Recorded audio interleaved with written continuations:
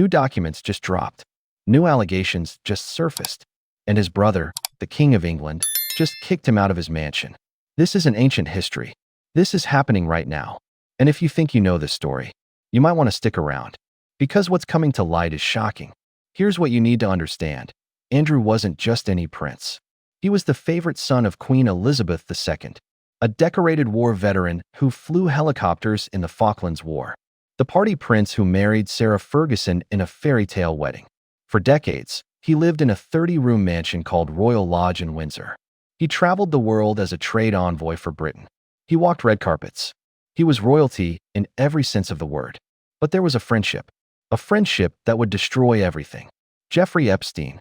If you know that name, you know where this is going. If you don't, here's the short version. Epstein was an American financier who was convicted of soliciting prostitution from minors. He had connections to powerful people around the world. And in 2019, while awaiting trial on federal sex trafficking charges, he died in his jail cell. Andrew met Epstein in 1999 through Ghislaine Maxwell. He claimed they only met once or twice a year. But the evidence tells a different story.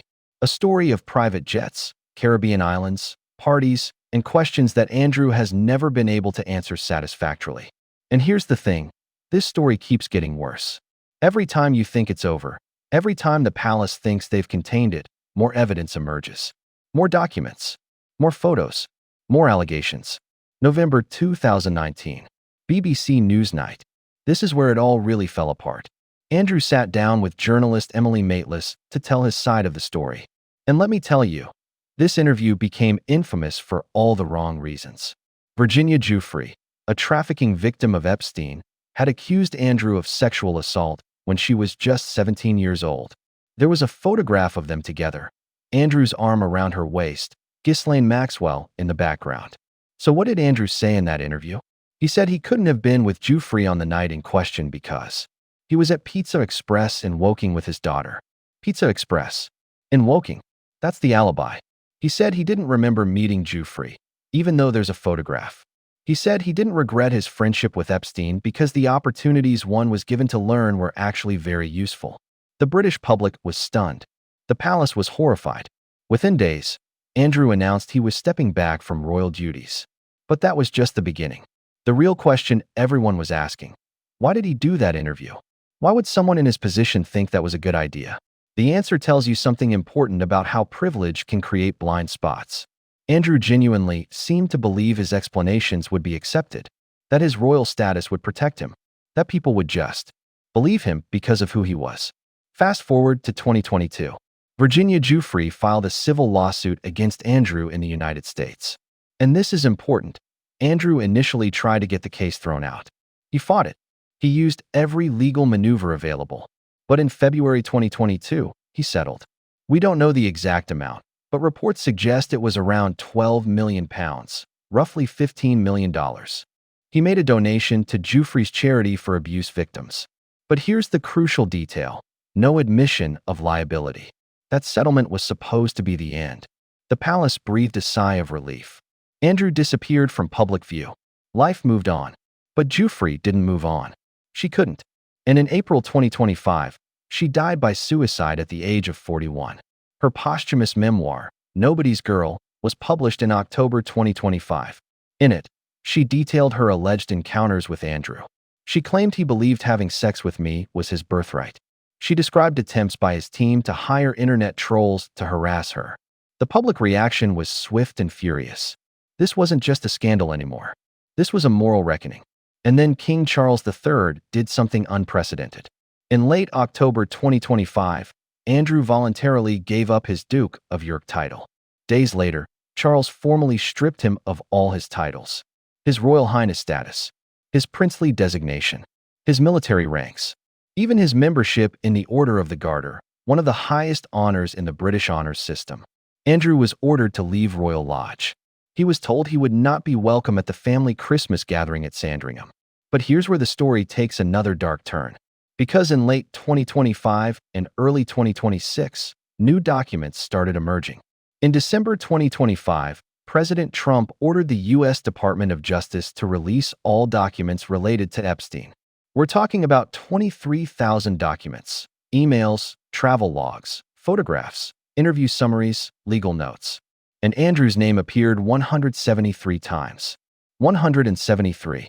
More than any other British figure. For context, Ghislaine Maxwell's father Robert appeared 47 times. Tony Blair, 22 times. Andrew dominated this archive. Then, in January 2026, photos were released. Photos that showed Andrew on all fours, leaning over an unidentified woman lying on the floor, his hand on her stomach. The woman was fully clothed, her face obscured. No context was provided about where or when these photos were taken. The palace, which doesn't even officially represent Andrew anymore, was reportedly in crisis mode. Prince William, the heir to the throne, is said to be furious because this keeps dragging the entire royal family back into scandal. And then, just days ago, a second woman came forward. Her lawyer, Brad Edwards, told the BBC that this woman alleges she was sent to the UK by Jeffrey Epstein for a sexual encounter with Andrew at Royal Lodge in 2010. She claims she exchanged emails with Andrew before spending the night with him, then received a tour of Buckingham Palace. An anti-monarchy group called Republic has reported this allegation to London's Metropolitan Police. Andrew, through a statement, continues to vigorously deny all accusations against him. Andrew Mountbatten Windsor. And yes, that's his legal name now. No Prince, no His Royal Highness, has been moved out of Royal Lodge. He's now living in a property on the King's private Sandringham estate in Norfolk. He receives an income from Charles, but he's essentially isolated. The U.S. House Oversight Committee has formally requested that he testify about Epstein. They want to identify co-conspirators and enablers. Andrew didn't respond by their November deadline. British Prime Minister Keir Starmer has publicly said that anybody who has relevant information should provide it to investigators. That's not a direct order, but it's as close as you get from a prime minister talking about a member of the royal family. U.S. Vice President J.D. Vance has said he's certainly open to Andrew testifying before Congress. Even Prince Edward, Andrew's brother, broke the royal family's usual silence on the matter. At a summit in Dubai, when asked about the scandal, he said, "It's all really important always to remember the victims." That might sound like a simple statement, but for the royals, it's huge. They never comment on ongoing scandals involving family members. The fact that Edward spoke up tells you how desperate they are to distance themselves from Andrew. Look, this story matters for reasons that go way beyond one man's fall from grace. First, it's about power and accountability. For too long, powerful people thought their status protected them, that money, connections, and titles could make problems disappear. Andrew is learning that the world has changed. Public opinion matters now more than ever. Second, it's about institutions and how they protect themselves. The monarchy is ancient. It's survived wars, scandals, divorces, abdications. But this is different. This is about alleged crimes involving minors. There's no spinning that. King Charles knows that protecting his brother could destroy the legitimacy of the entire institution. That's why Andrew was cut loose so completely. It wasn't mercy. It was survival. Third, and this is important, it's about believing victims. Virginia Giuffre spoke out for years before she was taken seriously. She faced harassment, doubt, and character assassination. And she never lived to see Andrew face full accountability. There are other victims in this story. Women who were trafficked by Epstein. Women whose names we may never know. And they're watching to see if justice will ever truly be served. Andrew could be forced to testify before U.S. Congress. He's refused so far, but pressure is mounting.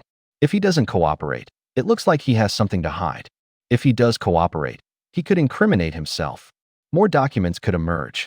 Remember, there are 23,000 pages of Epstein files. We've only seen a fraction of them. Every time new material is released, Andrew's name appears prominently. The second woman could file a civil lawsuit. Her lawyer is clearly laying the groundwork. If that happens, we'll go through this entire media circus again. Or, and this is the scenario the palace is praying for, the story could finally fade away. Andrew stays in exile in Norfolk. The media moves on to the next scandal. History is written, and he becomes a cautionary tale. But I'll be honest with you, I don't think this is over. Not by a long shot. This isn't a story with a clean ending. It's messy, it's ongoing, and it raises questions that don't have easy answers. What do we owe victims of powerful men? How should institutions respond when one of their own is accused of horrible things? Can someone born into privilege ever truly be held accountable? These are questions we're still grappling with as a society. Andrew went from prince to outcast. But for the victims of Jeffrey Epstein, justice remains incomplete. And that's the real tragedy here. If this story taught you something, if it made you think, or if you want to keep following this as it develops, hit that subscribe button. Drop a comment below and tell me what you think. Should Andrew testify? Has the royal family done enough? I want to hear from you. And remember, this isn't about royal gossip. This is about power, accountability, and whether anyone is truly above the law.